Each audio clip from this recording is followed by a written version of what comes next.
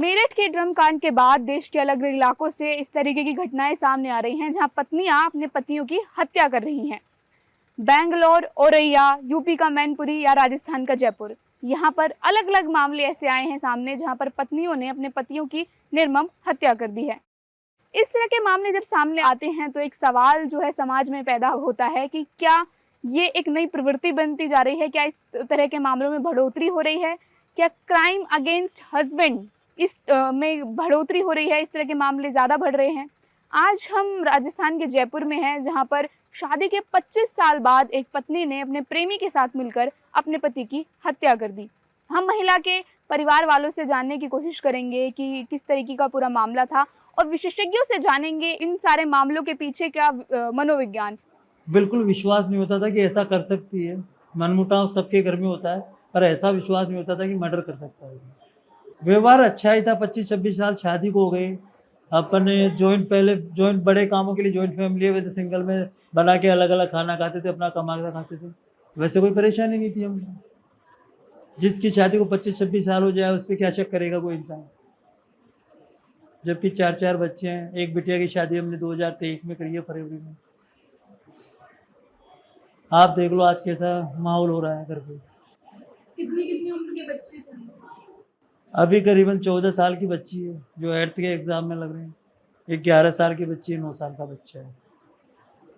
एक शादी कर दी 22 साल की बिटिया की। उनका जब गोपाली देवी जी को आपने बताया कि उनके पति मिसिंग है, तो उनका क्या रिएक्शन था?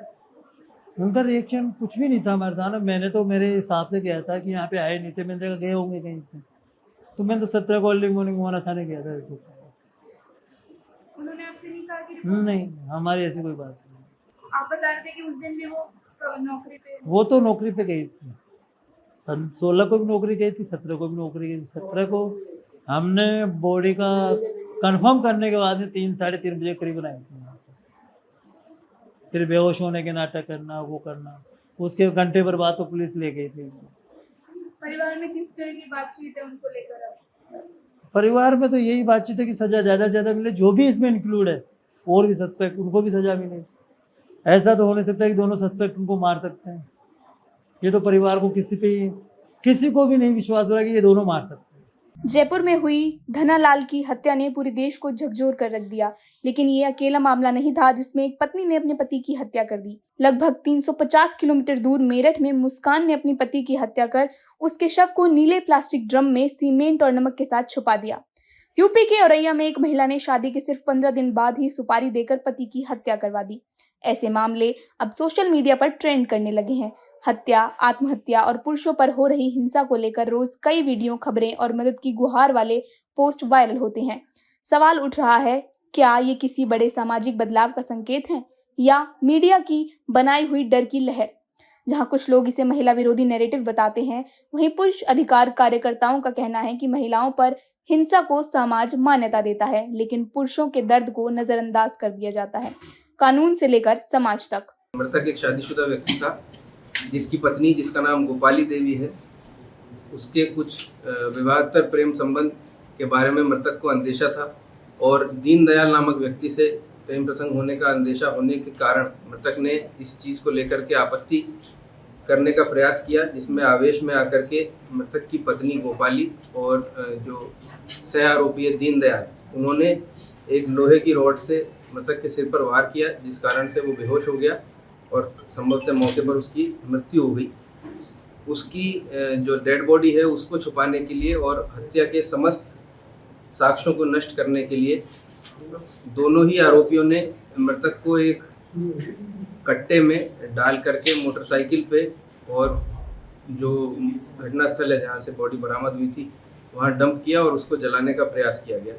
एक बहुत लंबी दूरी तक सीसीटीवी कैमरे देखे गए। आरोपियों को संदिग्ध मानते हुए हिरासत में लेके पूछताछ की गई और ये घटनाक्रम पूरी तरह से क्लियर हुआ और हत्या की पूरी वारदात का खुलासा हुआ है, जिसके लिए पूरी टीम बधाई की पात्र है। बॉलीवुड में एक पत्नी का अपने हिंसक पति से बदला लेना कोई नई कहानी नहीं। डार्लिंग्स में आलिया भट्ट का किरदार अपने हिंसक पति को उसकी हिंसा के जाल में फंसा देता है। 7 खून माफ में प्रियंका चोपड़ा की सुजैना एक एक कर अपने क्रूर पतियों को खत्म कर देती है। फिल्म में एक डायलॉग आता है, दुनिया की हर बीवी ने कभी न कभी तो ये जरूर सोचा होगा कि मैं हमेशा हमेशा के लिए अपने पति से छुटकारा कैसे पाऊं। बॉलीवुड की इन कहानियों में गुस्सा और दबी हुई घुटन नाटकीय तरीके से सामने आती है, लेकिन असली जिंदगी कहीं ज्यादा पेचीदा है। एक स्टडी के मुताबिक जब औरतें कामकाजी होती हैं, आर्थिक रूप से स्वतंत्र तो होती हैं और उनके पास मोबाइल एक्सेस होता है, तो रिश्तों में पावर डायनेमिक बदलते हैं और कई बार ये टकराव हिंसा तक पहुंच जाते हैं।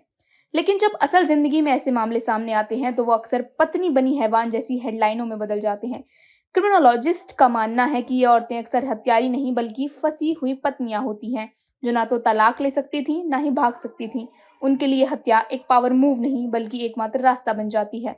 ये हत्याएं सिर्फ जुनून के अपराध नहीं है, ये अक्सर फंसे होने की स्थिति से उपजे अपराध होते हैं। इन महिलाओं के पास कोई रास्ता नहीं था, ना तलाक एक विकल्प था, ना ही जाना संभव था, और हिंसा लगातार जारी थी। उनके लिए हत्या शक्ति या नियंत्रण का जरिया नहीं थी, जैसे कि पुरुषों द्वारा की गई हत्याओं में होता है। ये उनके लिए बस एक भागने का रास्ता था। राजस्थान के जयपुर से नूतन शर्मा की रिपोर्ट।